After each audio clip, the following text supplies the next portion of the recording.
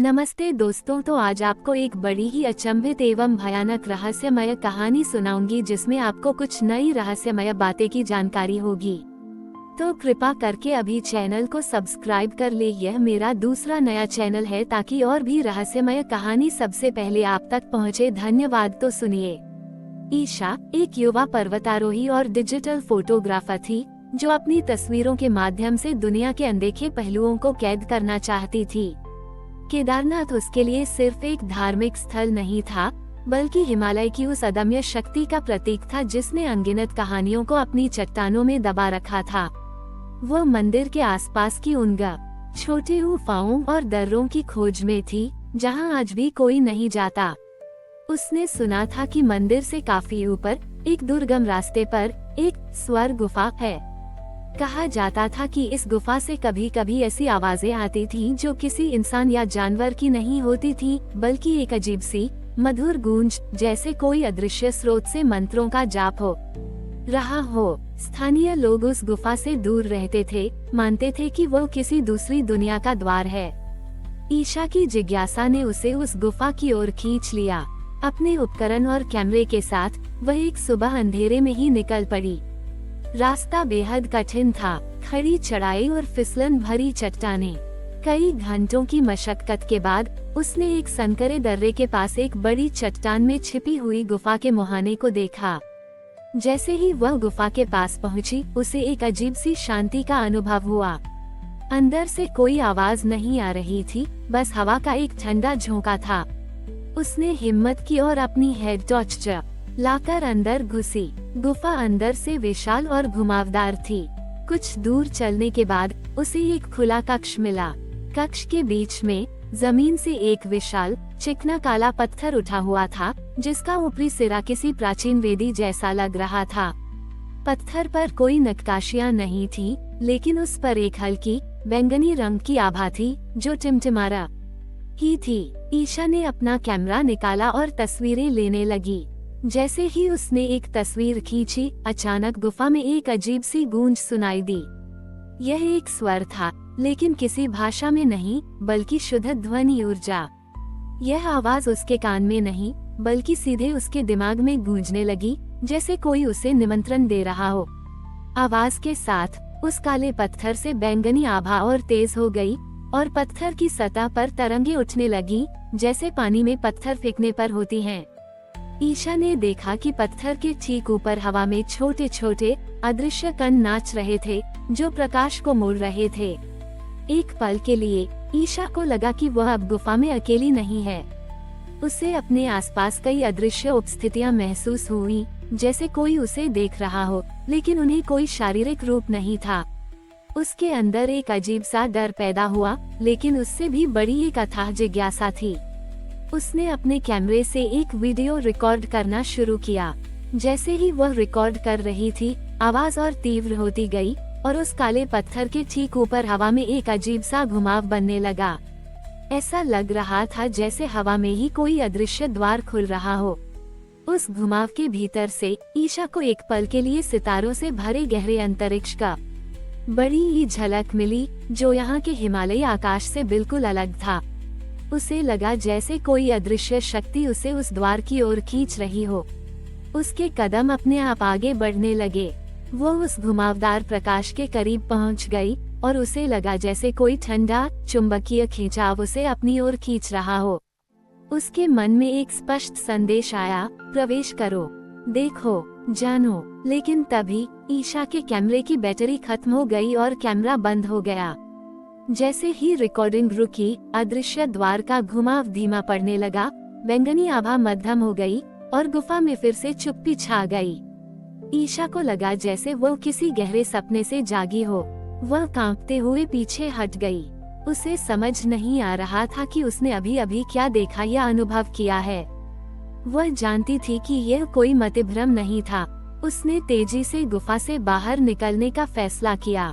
जब वह गुफा से बाहर निकली और धूप में आई, तो उसे लगा जैसे सदियों बाद वापस लौटी हो।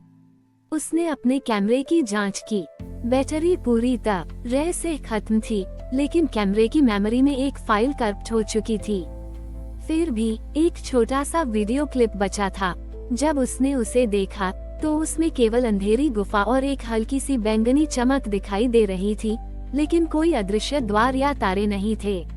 हालांकि वीडियो में रिकॉर्ड हुई अजीब सी गूंज स्पष्ट रूप से सुनाई दे रही थी। ईशा ने केदारनाथ छोड़ दिया, लेकिन स्वर गुफा और अदृश्य द्वार का रहस्य उसके मन में हमेशा के लिए बस गया। उसे पता था कि हिमालय में ऐसे कई रहस्य छिपे हैं जो इंसान की समझ से परे हैं। वह अदृश्य द्वार कहाँ जाता था? क्या ये किसी और आयाम का रास्ता था, या ये खुद केदारनाथ की प्राचीन ऊर्जा का एक रहस्यमय प्रवेश द्वार था? ईशा अब अपनी तस्वीरों और शोध में उस अदृश्य गूंज और बैंगनी आभा के पैटर्न को खोजने लगी। उसे पता था कि स्वर गुफा का निमंत्रण एक बार फिर उसे वापस बुलाएगा, ताकि वह उस अदृश्य द्वार के उस पार के रहस्य को समझ सके या शायद उसमें खो जाए। स्वर गुफा से लौटने के बाद ईशा महीनों तक उस अजीबोगरीब गूंज और अदृश्य द्वार के सपनों में खोई रही। उसने अपनी यात्रा का हर विवरण अपनी डायरी में दर्ज किया, कैमरे में बचे हुए भ्रष्ट वीडियो क्लिप और ऑडियो रिकॉर्डिंग को बार बार सुना। वैज्ञानिक रूप से इसकी कोई व्याख्या नहीं थी, लेकिन उसके मन में एक गहरा विश्वास बैठ गया था कि उसने कुछ असाधारण का अनुभव किया है। वो अक्सर गूगल मैप्स और सैटेलाइट इमेजरी पर उस गुफा के आसपास के क्षेत्र को देखती रहती थी, उम्मीद करती थी कि उसे कोई ऐसा पैटर्न मिल जाए जो उसे वापस उस रहस्य तक ले जाए। एक दिन एक पुराने भूवैज्ञानिक मानचित्र का अध्ययन करते हुए उसने देखा कि गुफा के ठीक नीचे जमीन के भीतर एक बहुत बड़ी अनियमित विद्युत चुंबकीय विसंगति इलेक्ट्रोमैग्नेटिक अनोमली दर्शाई गई थी। यह विसंगति इतनी बड़ी थी कि इसका कारण कोई सामान्य खनिज भंडार नहीं हो सकता था। ईशा को लगा कि यह विसंगति ही उस काले पत्थर और अदृश्य द्वार की ऊर्जा का स्रोत हो सकती है।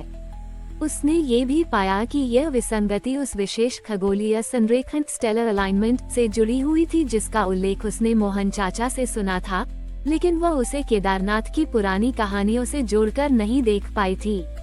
उसने फैसला किया कि उसे स्वर गुफा में वापस जाना होगा, इस बार पूरी तैयारी के साथ। उसने न केवल बेहतर बैटरी वाले उपकरण लिए, बल्कि एक विशेष आवृत्ति डिटेक्टर, फ्रीक्वेंसी डिटेक्टर और ऊर्जा मापक एनर्जी मीटर भी अपने साथ रखे। उम्मीद थी कि वे उस अदृश्य ऊर्जा को कैप्चर कर सकें। 6 महीने बाद जब हिमालय में बर्फ थोड़ी कम हुई, ईशा फिर से केदारनाथ पहुंची। इस बार वह अकेली नहीं थी। उसने अपने भरोसेमंद गाइड पहाड़ी बाबा को अपने साथ लिया था। पहाड़ी बाबा स्थानीय किंवदंतियों में गहरे विश्वास रखते थे और ईशा के शोध को अजीब लेकिन दिलचस्प मानते थे। 2 दिनों की कठिन चढ़ाई के बाद वे स्वर गुफा के मुहाने पर फिर से पहुंचे।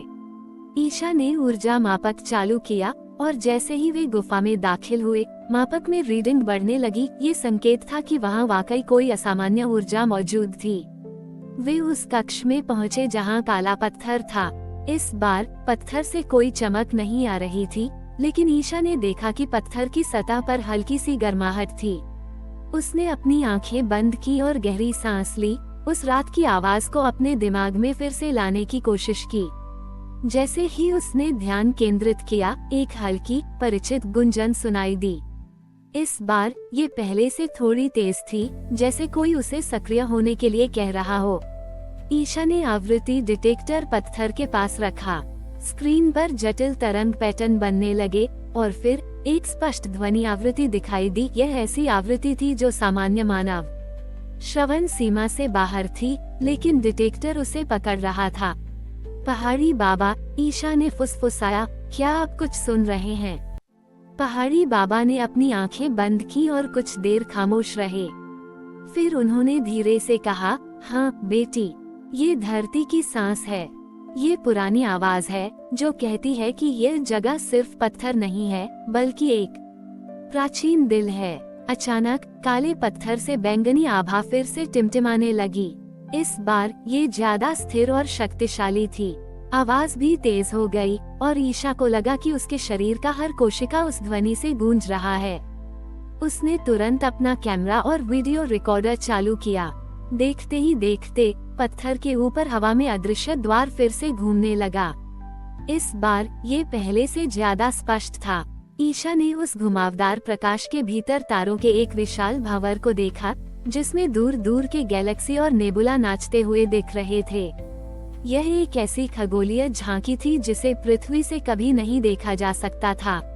इस बार मानसिक संदेश शब्दों में था, तुमने खोजा, तुमने सुना, अब देखो और जानो हमारा अस्तित्व। हम समय और स्थान के पार के गवाह हैं। ये द्वार तुम्हें उस ज्ञान तक पहुंचने का अवसर देता है। ईशा का दिल तेजी से धड़क रहा था। उस अदृश्य द्वार के उस पार उसे एक असीम शांति और ज्ञान का एहसास हुआ।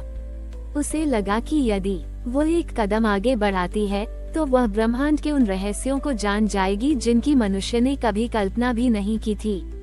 लेकिन तभी पहाड़ी बाबा ने उसका हाथ मजबूती से पकड़ लिया।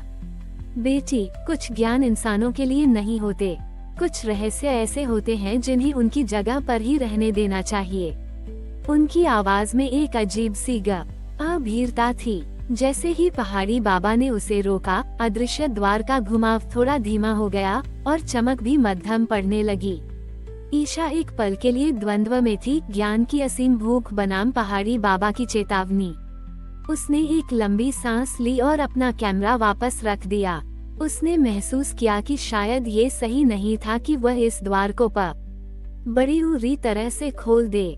कुछ रहस्य ऐसे होते हैं जिन्हें सिर्फ महसूस किया जा सकता है, उन्हें पूरी तरह से समझा नहीं जा सकता।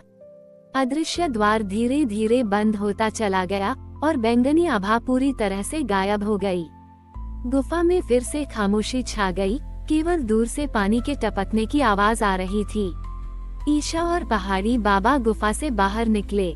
ईशा जानती थी कि उसने एक बार फिर कुछ अविश्वसनीय देखा है। इस बार उसके पास सबूत था, ऊर्जा मापक की रीडिंग और वीडियो में कैद हुई वह अजीब गूंज। वह शायद दुनिया को यह नहीं समझा पाएगी कि उसने क्या देखा, लेकिन वह अपने लिए जानती थी। केदारनाथ उसके लिए अब सिर्फ एक तीर्थस्थल या पहाड़ों का एक खूबसूरत हिस्सा नहीं था। यह एक जीवित, सांस लेने वाला प्रवेश द्वार था, एक ऐसा स्थान जहां आयाम मिलते थे, जहां प्राचीन रहस्य आज भी जीवित थे और जहां स्वर गुफा का अदृश्य द्वार हमेशा उन लोगों का इंतजार करता रहेगा जो उसे खोजने की हिम्मत करते हैं, उन्हें ब्रह्मांड के उन रहस्यों का निमंत्रण देता हुआ जिनकी कल्पना भी मुश्किल है। हमारी और भी आध्यात्मिक एवं अनोखी कहानियाँ देखने के लिए हमारे चैनल पर जाएं तथा धार्मिक एवं पौराणिक अनोखी कहानियाँ हमारे चैनल पर है, कृपया जाके देखें तथा हमारे चैनल को सब्सक्राइब करके रखें और वीडियो लाइक जरूर करें। धन्यवाद।